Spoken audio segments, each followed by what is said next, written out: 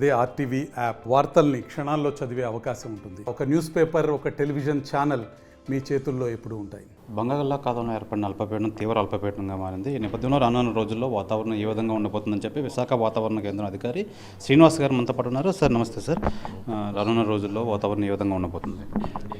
నిన్నటి రోజున ఏర్పడిన మధ్య బంగాళాఖాతంలో ఏర్పడిన అల్పపీడనం అది పశ్చిమ వాయుదిశగా పయనిస్తూ ఈరోజు ఉదయానికి అది తీవ్ర అల్పపీడనంగా బలపడి అదే డైరెక్షన్లో అంటే పశ్చిమ వాయుదిశగా వెళ్తూ ఉత్తరాంధ్ర మరియు దక్షిణ ఒరిస్సా తీర ప్రాంతం చేరే సమయంలో నెక్స్ట్ 36 అవర్స్ లోపల అది మరింతగా బలపడి వాయుగుండంగా మారి పశ్చిమ మధ్య బంగాళాఖాతం మరియు దానికి దగ్గరలో ఉన్న వాయు బంగాళాఖాతంలో వాయుగుండంగా మారే అవకాశం అయితే కనిపిస్తుంది.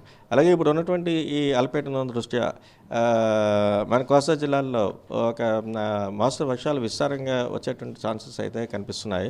అలాగే భారీ నుంచి అతి భారీ వర్షాలు కూడా చాలా జిల్లాల్లో వచ్చే ఛాన్సెస్ ఉన్నాయి. నెక్స్ట్ కమింగ్ 24 అవర్స్ వరకు మనం చూస్తే ఉత్తరాంధ్రలో ఉన్నటువంటి ఆల్మోస్ట్ అన్ని జిల్లాలకి కూడా మన భారీ నుంచి అతి భారీ వర్షాలను, అలాగే దక్షిణ కోస్తాలో ఉన్నటువంటి కృష్ణా జిల్లాలో కూడా భారీ నుంచి అతి భారీ వర్షం కూడా వచ్చే అవకాశం ఉందని చెప్తున్నాం.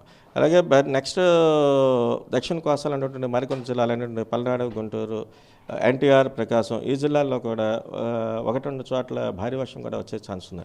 అలాగే ఓవరాల్గా అయితే మొత్తం ఆల్మోస్ట్ అన్ని కోస్తా జిల్లాల్లో కూడా మోస్తరు నుంచి భారీ వర్షాలు వచ్చేటువంటి అవకాశం నెక్స్ట్ కమింగ్ 24 అవర్స్ వరకు మనం చూస్తున్నాం. ఇటువంటిది ఈ కండిషన్స్ కానీ ఈ రైన్ఫాల్ యాక్టివిటీ కానీ అందర్ 2 to 3 days వరకు కూడా కంటిన్యూ అయ్యే ఛాన్సెస్ అయితే మనకు కనిపిస్తుంది. నెక్స్ట్ ఇప్పుడు ఉన్నటువంటి ఈ అల్పపీడనం దృష్ట్యా కూడా తీరం వెంబడి కూడా మన ఎంటైర్ ఆంధ్ర తీరం వెంబడి కూడా బలమైన ఎదురుగాలులు అయితే మనకి గంటకి 35 నుంచి 45 వరకు అయితే కిలోమీటర్స్ పర్ అవర్ వరకు వస్తున్నాయి. అలాగే ఇవి 55 కిలోమీటర్స్ స్పీడ్ వరకు కూడా వెళ్ళే ఛాన్సెస్ అయితే ఉన్నాయి. అలాగే సీ కండిషన్ కూడా రఫ్నెస్ కూడా ఇంక్రీజ్ అవుతుంది. వీటన్నిటి దృష్ట్యా కూడా ఎంటైర్ కోస్తా తీరం వెంబడి ఉన్నటువంటి మత్స్యకారులందరినీ కూడా వేటకు వెళ్తుందని చెప్తున్నాం.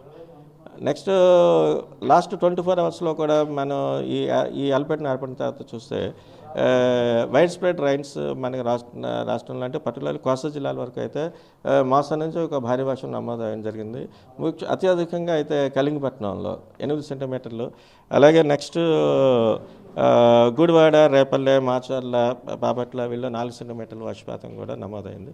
అలాగే చాలా చోట్ల అయితే 1 to 2 centimetres recorded at many place are coastal districts of Andhra Pradesh. ఈ వాతావరణం నేపథ్యంలో ఈ రైతులకి ఎటువంటి ఈస్ట్ కానీ వెస్ట్ కానీ ఎలాంటి సూచనలు ఇస్తారు?